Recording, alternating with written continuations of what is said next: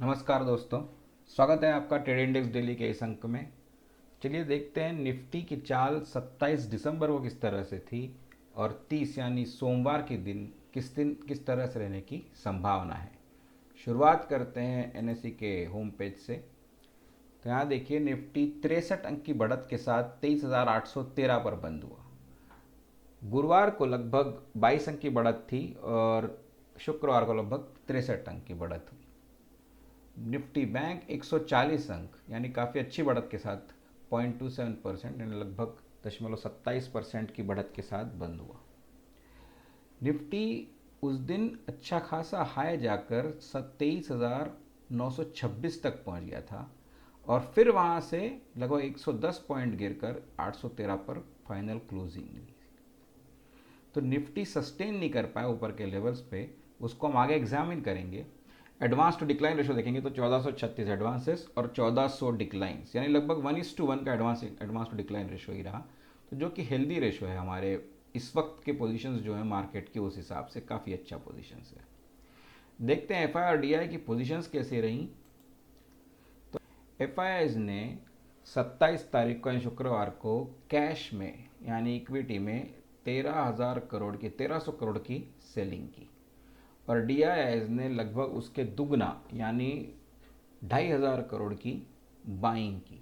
बीच का जो डेफिसिट है यानी बेसिकली 1,200 करोड़ की जो सेलिंग है वो रिटेल ने और एचएनआईज ने यानी बेसिकली क्लाइंट्स और प्रोज ने यानी एचएनआईज, ब्रोकरेजेस एंड रिटेल, इन लोगों ने की। यानी आप देखिए जितना एफआईआई ने सेल किया लगभग उतना ही रिटेल ने वगैरह किया। और एफ के वॉल्यूम देखिए 5-6 हज़ार करोड़ के, ठीक है, रूटीन वॉल्यूम थे। मतलब अभी हॉलीडे सीजन में जो रूटीन है वो, उससे पहले उनके वॉल्यूम्स काफ़ी ज़्यादा थे। एक दिन में 30-40 हज़ार के वॉल्यूम हुआ करते थे buy and sell combined. F में देखते हैं कि एफ में क्या है। तो इंडेक्स फ्यूचर्स में देखिए एफ ने 1177 करोड़ की फिर बिकवाली की और इसमें भी आप देखिए तो 1600 करोड़ और 1600 करोड़ की बाइंग और 2784 करोड़ की सेलिंग है। नेट नेट 1177 करोड़ की सेलिंग की। इसमें भी अगर आप देखेंगे कि क्योंकि इसमें सब कंपोनेंट्स मिक्स्ड हैं तो किसमें सबसे ज़्यादा खरीद बिकवाली की वो देखते हैं। तो ये देखिए एफ ने 27 तारीख को सबसे ज़्यादा बिकवाली निफ्टी 50 में की। लगभग 1230 करोड़ की बिकवाली निफ्टी 50 में की।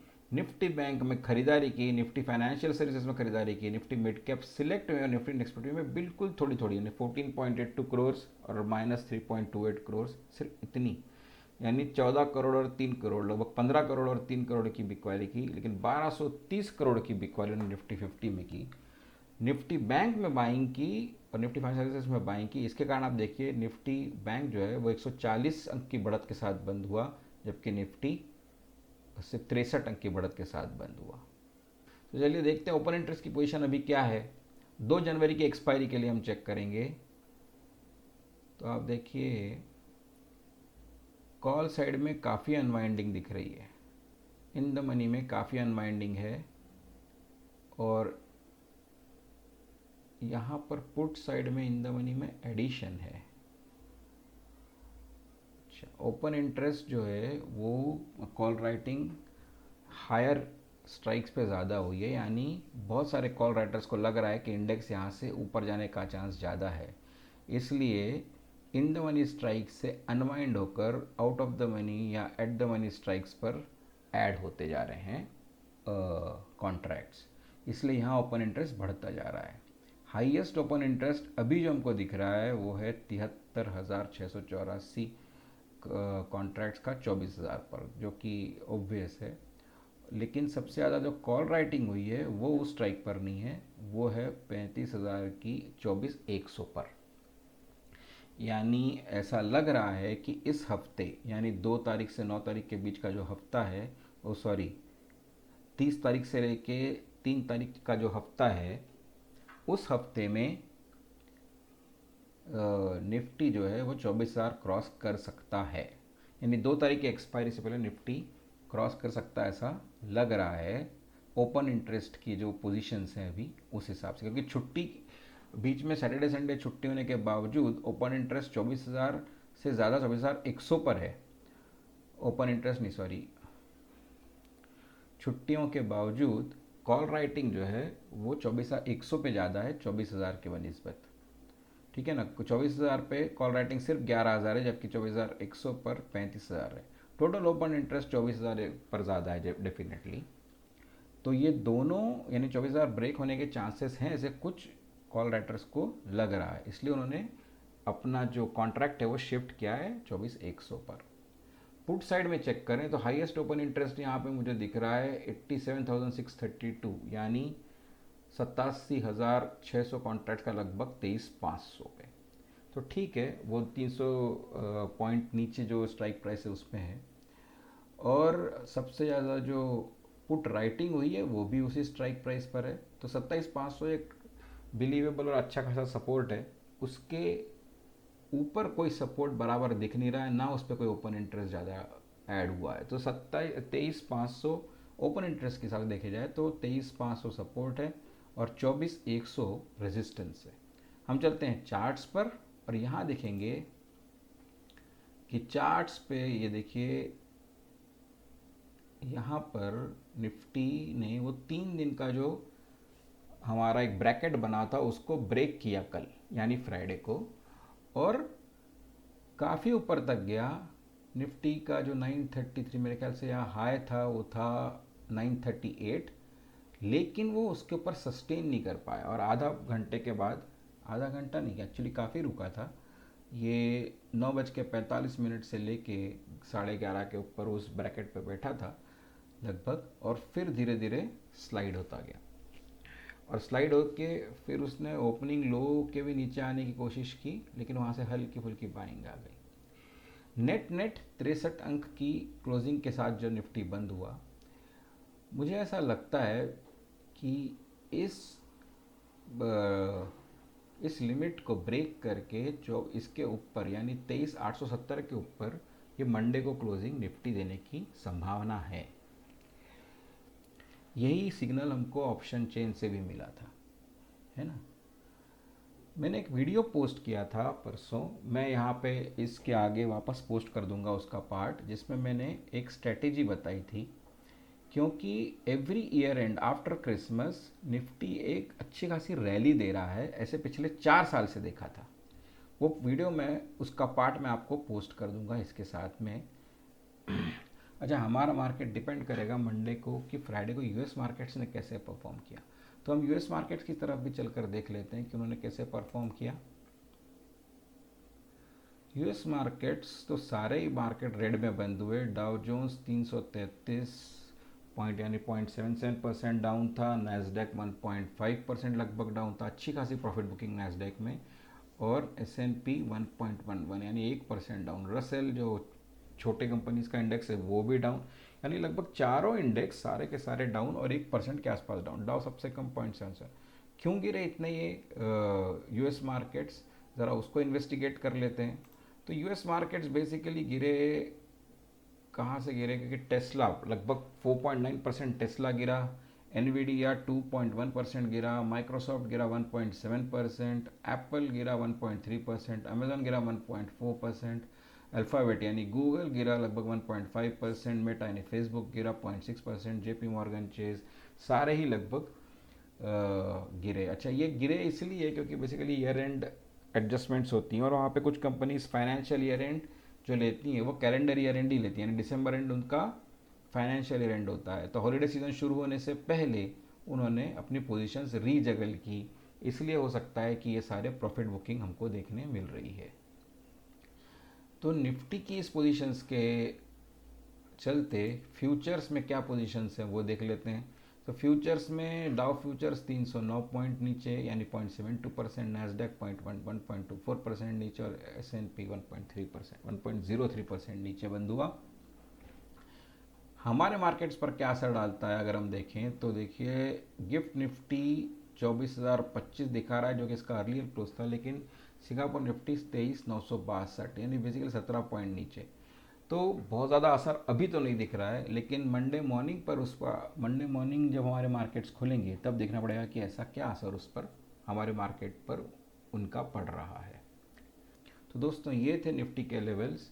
मैं इस वीडियो के बाद में वो वीडियो जोड़ रहा हूँ जो मैंने फ्राइडे को एक स्पेशल स्ट्रेटेजी के लिए पोस्ट किया था, आप उसको भी देख सकते हैं। और मुझे क्यों लग रहा है कि मार्केट ऊपर जाएगा, इसके पीछे क्या कारण है, वो उस वीडियो में आउटलाइन किया गया है। तो अब मैं ले चलता हूं आपको लास्ट ईयर एंड पे। ये है पोर्शन लास्ट ईयर एंड का, ठीक है। ये जो कैंडल है ये है 21 दिसंबर की, 21 दिसंबर 2023, ठीक है। ये है 22 दिसंबर और ये है 26, यानी 22 दिसंबर को फ्राइडे था, तो सैटरडे संडे और मंडे 3 दिन की छुट्टी के बाद मंगलवार को जब मार्केट खुला, उसके बाद आप देखिए निफ्टी ओपन हुआ 21,365 यानी 21,365, और 3 दिन तक कंटिन्यूस चढ़ता गया 759.8 760 तक। मतलब आप देखिए एक इसका जो क्लोजिंग था वो 778, यानी आप देखिए 365 का ओपनिंग और 778 का, यानी 400 पॉइंट का नेट गेन। अगर हम और आगे रुकते हैं तो ये यहाँ पे मंडे को यानी 1 जनवरी को हाई देखिए, लेकिन क्लोज लगभग उतना ही रहा। तो 400 पॉइंट का गेन क्रिसमस के दिन के बाद इंडियन मार्केट में आपको पाया गया लास्ट ईयर। अब हम चलते हैं उसके पिछले साल यानी 2022 में। 2022 में क्या हुआ ये 2022 का चार्ट है। यहाँ आप देखिए 23 दिसंबर को फ्राइडे था, तो 24 25 यानी 26 दिसंबर को मंडे था। 26 दिसंबर को जो ओपनिंग प्राइस थी वो थी 17,830, और फिर 26, 27, 28 और 29, 4 दिन कंटिन्यूस ग्रीन कैंडल। चौथे दिन का जो क्लोजिंग थी वो थी 18,191, तो 18,191 क्लोजिंग और 17,830 ओपनिंग, यानी लगभग 350 पॉइंट्स का आपको यहाँ पे स्ट्रेट गेन दिख रहा है। अगर हम फ्राइडे का भी देखते हैं, जहाँ पे हाई इससे ज़्यादा ही था बट क्लोजिंग इससे कम थी थर्सडे से, तो इसका हाई है 265 का, 18,265। तो you can see 400 plus gain यहाँ पर मिला था 2022 आफ्टर क्रिसमस, ठीक है। अब हम चलते हैं 2021 के क्रिसमस में। ये है 2021 का चार्ट। तो 2021 में आप देखिए 27 दिसंबर को मंडे था, 24 दिसंबर को फ्राइडे था, तो 25 26 आपके सैटरडे संडे यानी वीकेंड में चले गए। अच्छा, ये रैली आपकी यहाँ से शुरू हो गई थी, 20 दिसंबर से, ये बढ़ते बढ़ते यहाँ पहुँची। लेकिन हम क्रिसमस के दिन के बाद का मूवमेंट ट्रैक कर रहे हैं, इसलिए आपको बता रहा हूँ कि 27 दिसंबर से लेके ये जो स्ट्रेट रैली गई without any steep fall till 5 Jain, यानी यहाँ पे जो ओपनिंग प्राइस थी 27 को, वो ओपनिंग प्राइस थी 16,937, और जो क्लोजिंग प्राइस थी 5 तारीख को वो थी 17,925, 1000 पॉइंट की निफ्टी की रैली। उसके आगे भी निफ्टी गया, ये लगभग 17 तारीख तक चलता गया कंटिन्यूस। तो इतनी हैंडसम रैली 2021 में हमें आप देखने मिली। अब मैं चलता हूँ एक साल और, 2020। अब आपको याद आना चाहिए 2020 जो था वो कोविड ईयर था, पहला फेज़ हो चुका था, दूसरा फेज़ 2021 का नहीं आया था। और यहाँ देखिए 21 दिसंबर, ये है 22, 23, 24, और फिर उसके बाद जो मार्केट खुला सीधा 28 तारीख को, यानी क्रिसमस और वीकेंड के साथ में।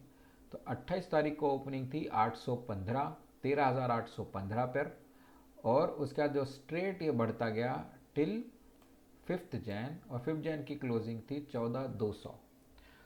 तो 815 और 14,200 की क्लोजिंग, मतलब समझ लीजिए वापस लगभग 400 पॉइंट की क्लोजिंग कि निफ्टी ने दी ईयर एंड पे आफ्टर क्रिसमस।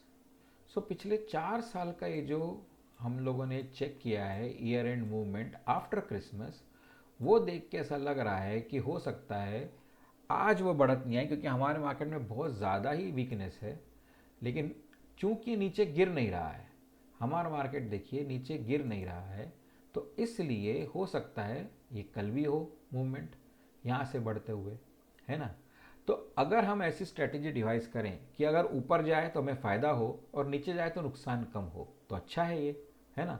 यही दो स्ट्रेटेजीज मैं आपको बताऊंगा अभी थोड़ी देर में। तो ये देखिए फर्स्ट स्ट्रेटेजी, ये है बुल कॉल स्प्रेड। ये बुल कॉल स्प्रेड तब लेते हैं जब आपका आउटलुक मॉडरेटली बुलिश हो, यानी निफ्टी थोड़ा बहुत ऊपर जाके बंद हो जाएगा, जैसे इस केस में हो रहा है कि लगभग 400-500 पॉइंट का गेन देकर चले जाएगा। तो निफ्टी का इसमें अपन क्या करते हैं कि एक in the money call option buy करते हैं और एक out of the money call option sell करते हैं। अब ये ज़रूरी नहीं है in the money out of money हो, बट ये ज़रूरी है कि हायर प्रीमियम का कॉल ऑप्शन आप बाय करें और लोअर प्रीमियम का कॉल ऑप्शन आप सेल करें। अब ये करने में आपको जो फ़ायदा होगा वो क्या होगा, नुकसान क्या होगा, वो देख लीजिए। सबसे पहले आपका मार्जिन ब्लॉक होगा सिर्फ 45,000। अभी जो इंक्रीज्ड लॉट साइज है 75 का, जो आज से लागू हो गया है, कल से बेसिकली लागू होगा, तो 75 का जो लॉट साइज है निफ्टी का, उसमें आपके इस स्ट्रेटेजी के कारण सिर्फ 45,000 ब्लॉक होंगे। अगर आप नेकेड कॉल सेल करेंगे तो लगभग 2,40,000 के आसपास ब्लॉक होंगे। लेकिन अगर आप हेज्ड स्ट्रेटेजी लेते हैं तो इस केस में सिर्फ 45,000 ब्लॉक हो रहे हैं। आपका मैक्सिमम लॉस क्या होगा, जो भी प्रीमियम का डिफरेंस है वो आपका मैक्सिमम लॉस होगा, और जो मैक्सिमम प्रॉफिट होगा वो होगा स्ट्राइक का जो डिफरेंस है दोनों का। यानी आपने अगर 23,700 का कॉल बाय किया और 24,000 का कॉल सेल किया, तो स्ट्राइक का डिफरेंस यानी 300 रुपये का जो स्ट्राइक का डिफरेंस है, that minus net premium paid. दोनों का जो प्रीमियम है उसका जो डिफरेंस, दोनों का जो प्रीमियम आपने जो पे किया है उसका जो डिफरेंस है, वो स्ट्राइक प्राइस में से आप माइनस, स्ट्राइक के डिफरेंस में से माइनस कर दीजिए, that will be your max profit. Break even point होगा net premium paid plus lower strike. Lower strike के बाद जो भी प्रीमियम का डिफरेंस होगा उसको ऐड कर दीजिए, तो that will be your break even point. तो इसमें होगा ये कि आपका लॉस भी लिमिटेड है और प्रॉफिट भी लिमिटेड है। अगर निफ्टी ऊपर गया तो प्रॉफिट होगा, निफ्टी नीचे गया तो लॉस होगा, जो कि लिमिटेड हो जाएगा कुछ एक टाइम के बाद। फिर निफ्टी कितनी भी नीचे आ जाए, कितना भी नीचे आ जाए निफ्टी, आपका लॉस उतना ही रहेगा। सेकेंड जो स्ट्रेटेजी है वो है प्रोटेक्टिव पुट स्ट्रेटेजी। ये स्ट्रेटेजी में क्या होता है कि अगर आपको ऐसा लगता है कि निफ्टी नहीं यार बहुत ऊपर जा सकता है क्योंकि बहुत नीचे गिर गया, तो आपका आउटलुक जो है वो मॉडरेटली नहीं वेरी बुलिश है, तो इस केस में हम क्या करते हैं कि पहला लेग में निफ्टी के जनवरी फ्यूचर आप बाय करेंगे। अच्छा, इसमें एक ध्यान देने योग्य बात यह है कि आप 75 बाय करना पड़ेगा, क्योंकि निफ्टी का फ्यूचर अभी भी 25 आप बाय कर सकते हैं, 25 का ही लॉट है जनवरी एंड तक। तो आपको लेकिन दोनों के लॉट साइज सेम रखेंगे, पुट ऑप्शन बाय करने का और जनवरी का सेकेंड लेग का, फर्स्ट का।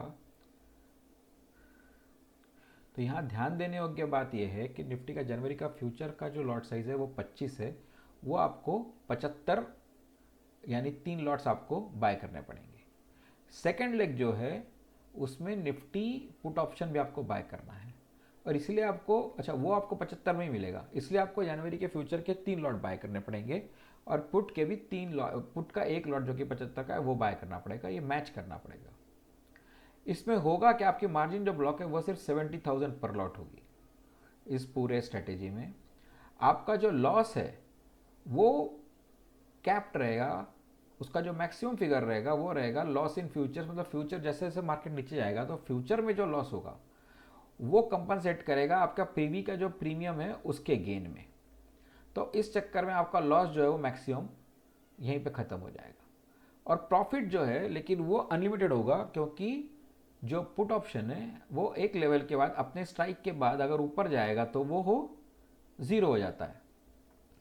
इसमें ब्रेक इवन पॉइंट जो होगा वो होगा फ्यूचर का बाय प्राइस जो आपने बाय किया है फ्यूचर, प्लस पुट ऑप्शन का जो बाय प्राइस जो आपने बाय किया वो आपका ब्रेक इवन पॉइंट होगा। यानी उसके ऊपर निफ्टी अगर जाएगा तो आपको लॉस होगा ही नहीं। तो ये जो स्ट्रेटेजीज हैं जो आप डिप्लॉय कर सकते हैं, आप अपने लेवल पर भी इसे स्टडी कर लें और इसको डिप्लॉय कर सकते हैं इस मार्केट सिनेरियो में। तो दोस्तों ये था निफ्टी का एनालिसिस, और ये थी इंपॉर्टेंट बात जो मैं आपको बताना चाह रहा था। फिर मिलेंगे वीकेंड में, तब तक के लिए नमस्कार, धन्यवाद।